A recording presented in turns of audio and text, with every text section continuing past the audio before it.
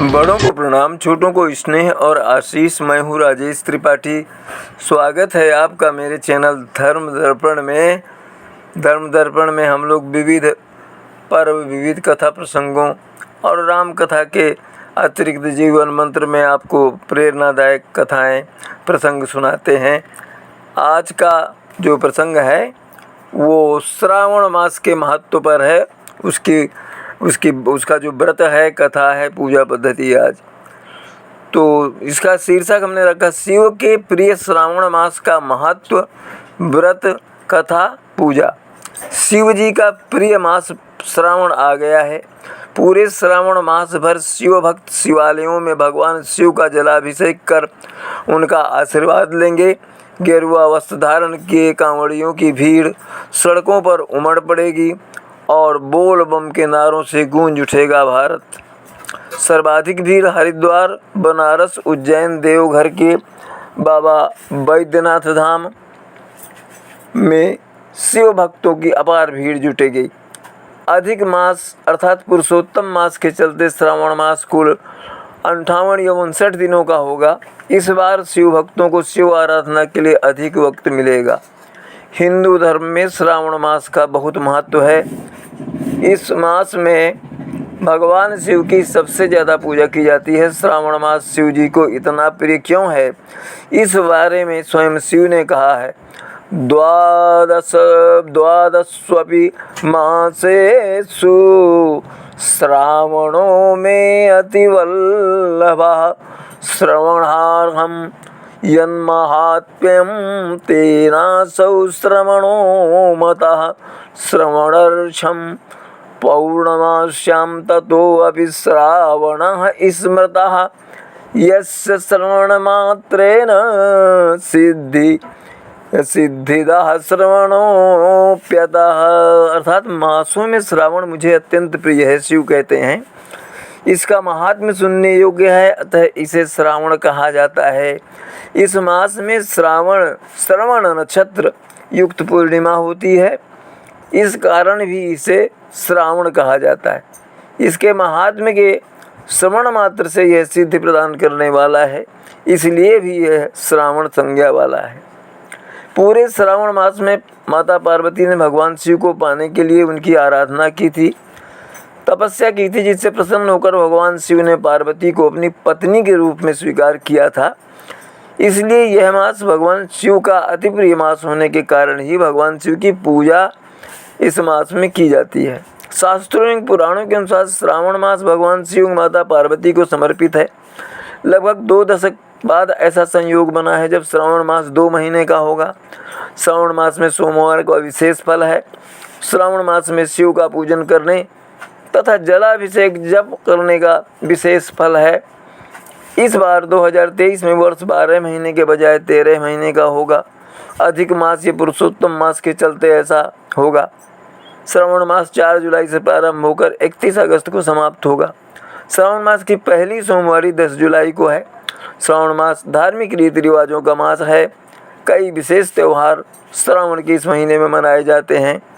सावन 2023 में कितने सोमवार और कब पड़ेंगे ये हम बताते हैं।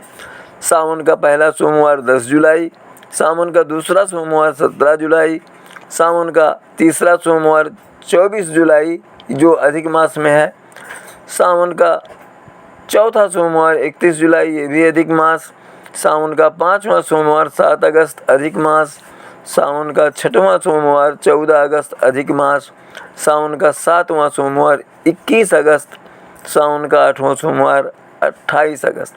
सोमवार व्रत कथा एवं महात्म्य। श्रावण के महत्व के बारे में एक कथा प्रचलित है। कहा जाता है श्रावण भगवान शिव का अति प्रिय महीना होता है। इसके पीछे की मान्यता यह है कि दक्ष पुत्री माता सती ने अपने जीवन को त्याग कर कई वर्षों तक श्रापित जीवन जिया। उसके बाद उन्होंने हिमवान के घर पार्वती के रूप में जन्म लिया। पार्वती ने भगवान शिव को पति रूप में पाने के लिए पूरे श्रावण महीने में कठोर तप किया। उनके तप से प्रसन्न होकर भगवान शिव ने उनकी मनोकामना पूरी की। अपनी भार्या से पुनः मिलाप के कारण भगवान शिव को श्रावण का यह महीना अत्यंत प्रिय है। यही कारण है कि इस महीने में कुमारी कन्याएं अच्छे वर के लिए शिव जी से पूजा प्रार्थना करती हैं। ये भी मानता है कि श्रावण के महीने में भगवान शिव ने धरती पर आकर अपने ससुराल में विचरण किया था, जहाँ अभिषेक कर उनका स्वागत हुआ था। इसलिए इस माह में शिव के अभिषेक का महत्व बताया गया है। ऐसी भी धार्मिक मान्यता है कि श्रावण मास में ही समुद्र मंथन हुआ था, जिससे निकले हलाहल विष को भगवान शिव ने पी लिया। इससे उनके कंठ का रंग नीला बढ़ गया। इसी वजह से उन्हें नीलकंठ का नाम मिला और इस प्रकार उन्होंने सृष्टि को इस विष से बचाया और सभी देवताओं ने उन पर जल ढाला था। इसी कारण शिव अभिषेक में जल का विशेष महत्व है। वर्षा ऋतु के चतुर्मास में भगवान विष्णु योग निद्रा में चले जाते हैं और इस वक्त पूरी सृष्टि भगवान शिव के अधीन हो जाती है। अतः इस अवधि में भगवान शिव को प्रसन्न करने हेतु तो मनुष्य जाति कई प्रकार के धार्मिक कार्य, दान, उपवास करते हैं। बेलपत्र का महत्व। शिव उपासना में बेलपत्र का सर्वाधिक महत्व है, विशेष महत्व है। कहा जाता है कि एक डाकू अपनी जीविका चलाने के लिए राहगीरों को लूटता था। एक बार वह रात्रि के समय एक पेड़ पर बैठकर अपने शिकार का इंतजार कर रहा था, लेकिन समय बीतता गया लेकिन कोई नहीं आया। डाकू अपनी करनी को लेकर पछताने लगा और चिंता में पेड़ के पत्तों को तोड़ तोड़ कर नीचे फेंकता रहा। वो बेल का वृक्ष था। उस पेड़ के नीचे शिवलिंग स्थापित था। डाकू के द्वारा फेंके गए बेलपत्र शिवलिंग पर गिरते रहे और इसे उसकी सच्ची श्रद्धा मानकर प्रसन्न होकर शिव उसे दर्शन देते हैं और उसकी पीड़ा दूर कर उसे सही राह पर लाते हैं।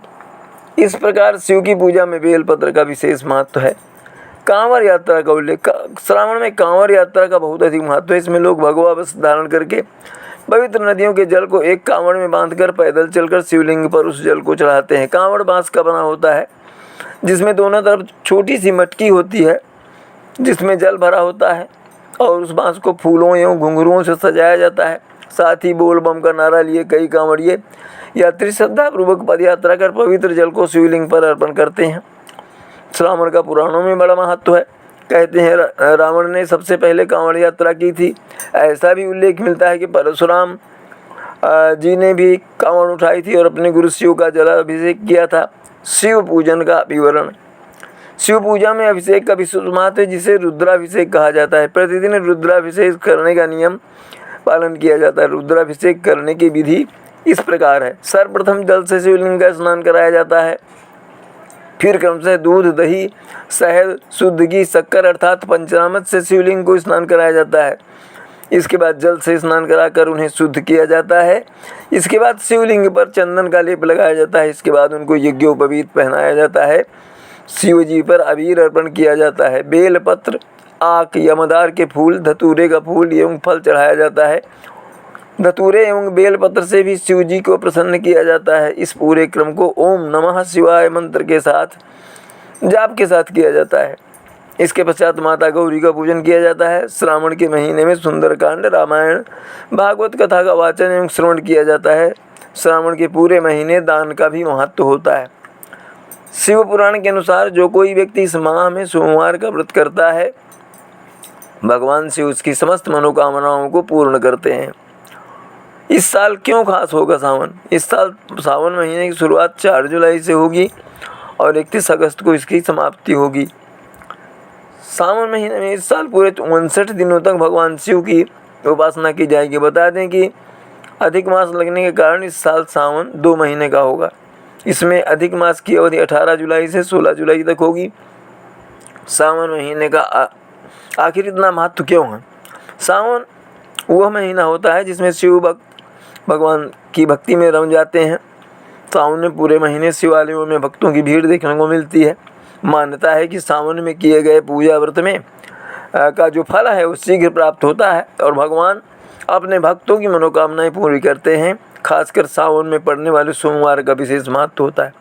शिव जी को क्यों प्रिय है सावन का महीना? इसके साथ ही एक मान्यता ये भी है कि सावन में भगवान शिव कैलाश छोड़कर धरती पर निवास करते हैं। सावन में शिव जी धरती पर आकर सृष्टि का संचालन करते हैं। इन्हीं कारणों से सावन का महत्व है अधिक बढ़ जाता है। श्रावण सोमवार का जो है वो पूजन विधि कैसी है? श्रावण सोमवार को ब्रह्म मुहूर्त में उठें, पूरे घर की सफाई करें, स्नान आदि से निवृत्त हो जाए, गंगा जले पवित्र जल से पूरे घर को जो है उसमें छिड़क दे। घर में ही किसी पवित्र स्थान पर भगवान शिव की मूर्ति या चित्र स्थापित करें। पूरी पूजन तैयारी के बाद निम्न मंत्र से संकल्प लें।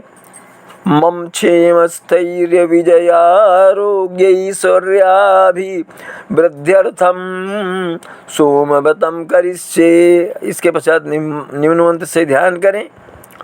ध्याये नित्यं महेशं रजतगिरिनिभं चारुचन्द्रावतंसं रत्नाकल्पोज्ज्वलांग परशुमृगवराभीतिहस्तं प्रसन्नं पद्मासीनसमत्तात् स्तुतुममरगणैर्व्याघ्रकृतिं वसानं विश्वाद्ययं विश्ववन्द्यं निखिलभयहरं पंचवक्त्रं त्रिनेत्रं। ध्यान के पश्चात ओम नमः शिवाय से शिव जी का तथा ओम शिवाय नमः से पार्वती जी का षोडशोपचार पूजन करें।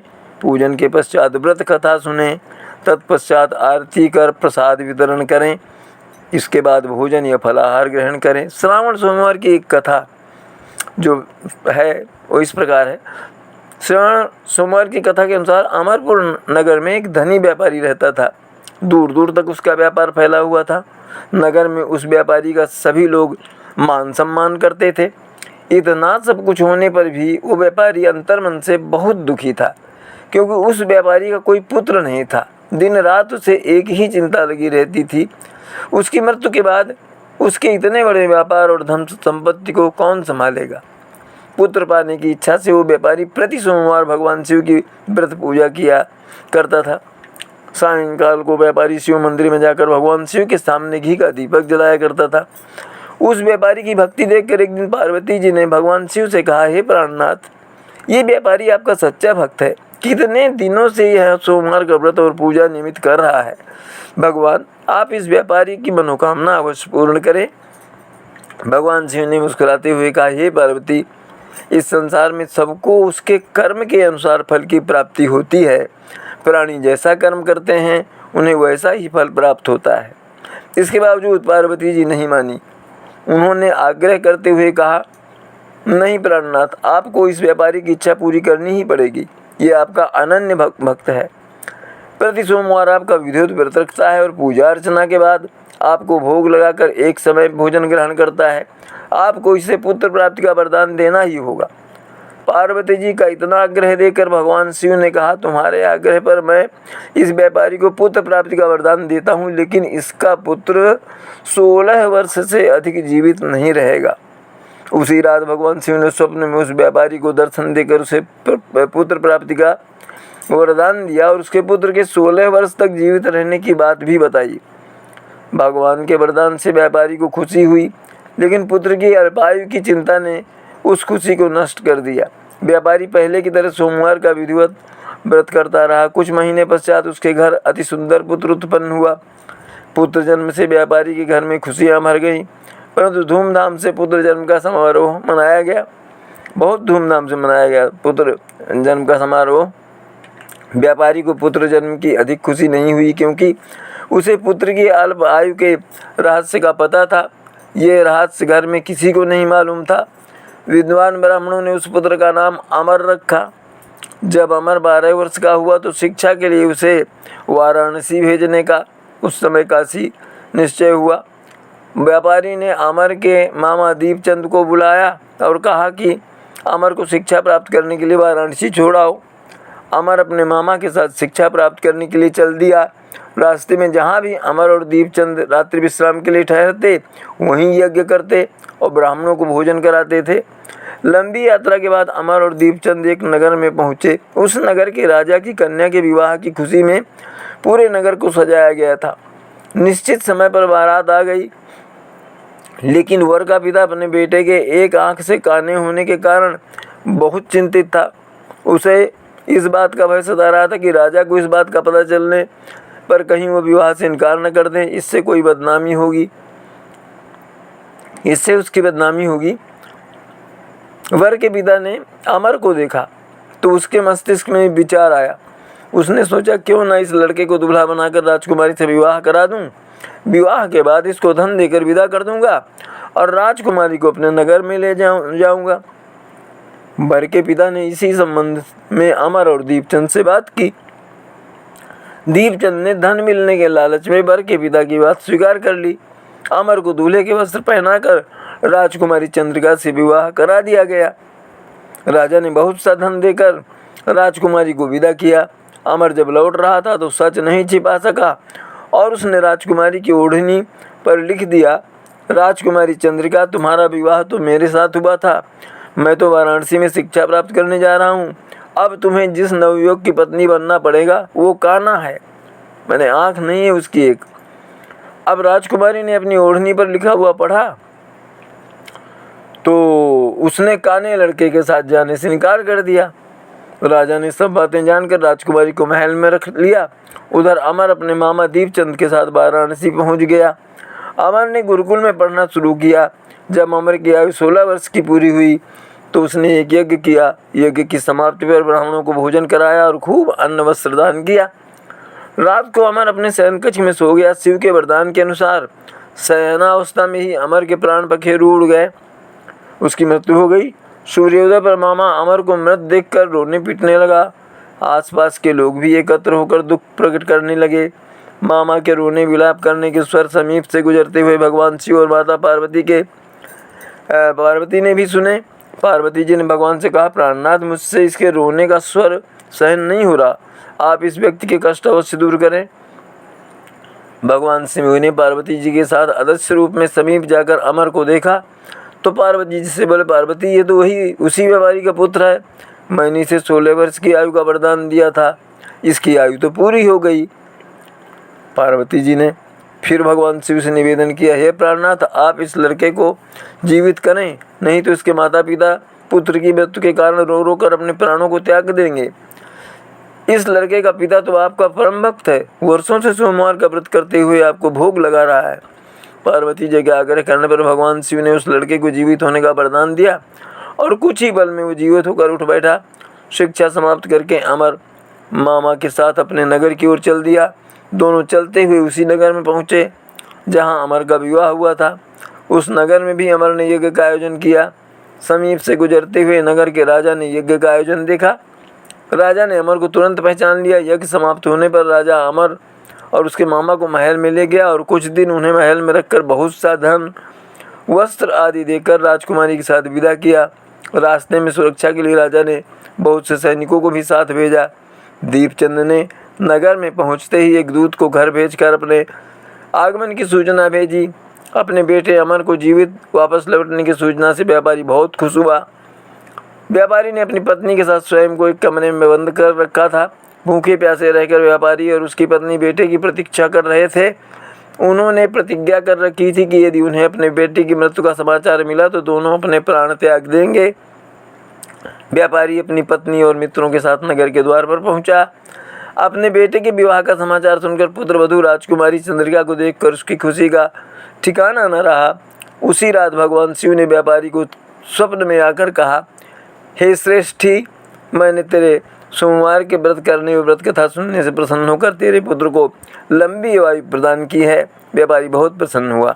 सोमवार का व्रत करने से व्यापारी के घर में खुशियां लौट आईं। शास्त्रों में लिखा है कि जो स्त्री पुरुष सोमवार का विधिवत व्रत करते हैं और व्रत कथा सुनते हैं उनकी सभी इच्छाएं पूरी होती हैं। तो यह तो थी आज श्रावण मास और भगवान शिव की पूजा की महिमा।